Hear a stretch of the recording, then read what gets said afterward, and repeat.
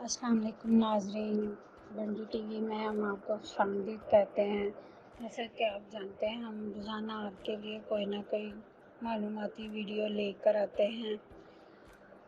आज हम आपको बताएंगे कि सरफराज अहमद के साथ बदतमीज़ी की वीडियो के बाद उनके घर वालों का क्या रद्द-ए-अमल था, और सरफराज अहमद का एक छोटा सा इंटरव्यू भी आपको दिखाएंगे, जिसमें वो खुद आपको पूरी बात बता रहे हैं कि उनके घर वालों को कैसा लगा जब उन्होंने ये वीडियो देखी।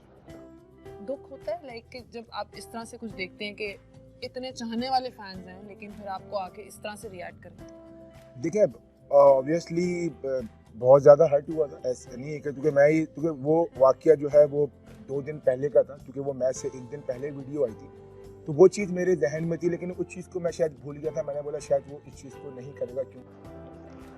पाकिस्तानी टीम के कप्तान सरफराज अहमद ने कहा है कि खिलाड़ियों के खिलाफ ज़ाती तौर पर तनकीद नहीं की जानी चाहिए, लेकिन सोशल मीडिया के दौर में इसे रोकने के लिए वो कुछ नहीं कर सकते।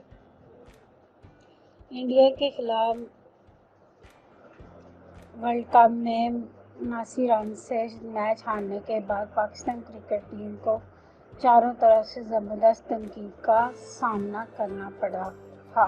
कप्तान सरफराज समेत मुतअद्दिद खिलाड़ियों को ज़ाती तौर पर तनकीद का हदफ बनाया गया।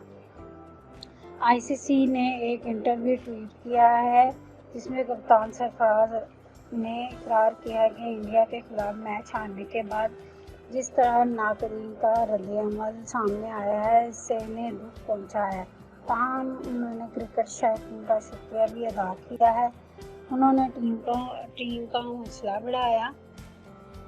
सरफराज अहमद ने कहा, बुरा तो बहुत लगा था। वो वाक़या 2 दिन पहले का था और वीडियो मैच से 1 दिन पहले आई थी। मुझे लगा था कि वो शख्स शायद ऐसा नहीं करेगा, क्योंकि इस वक्त इसकी फैमिली भी इसके साथ थी।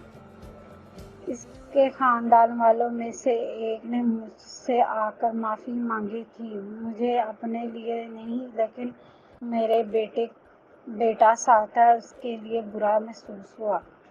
मेरी बॉडी लैंग्वेज बहुत डाउन हो गई थी।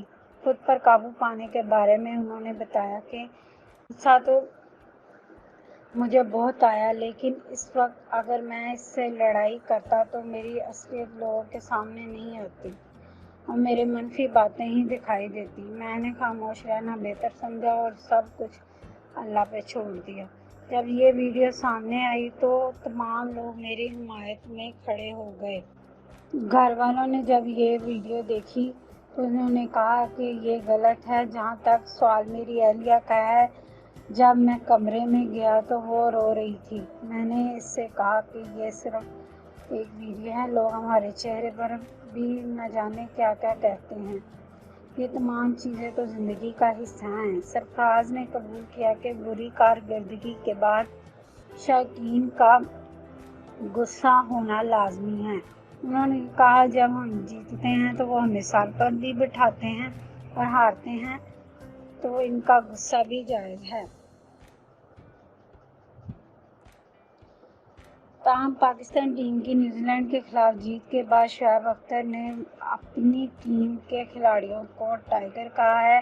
देखिए, बात ये कि अगर वहाँ पे रिएक्ट कर जाते, मैं गुस्सा तो मुझे बहुत आया था उस वक्त कि मैं रिएक्ट करूँ, लेकिन उस वक्त हो सकता है कि मैं लड़ाई करता तो वो जो चीज़ हुई होती वो शायद लोगों को नहीं पता चलती और मेरी नेगेटिव चीज़ आ जाती। तो बस इस वजह से खामोशी रहना ज़्यादा बेहतर समझा और चीज़ें अल्लाह ताला पे छोड़ दी, और सब चीज़ें अल्लाह ताला की तरफ से होती हैं। वीडियो आई और सब जो है वो मेरे लिए खड़े हो गए।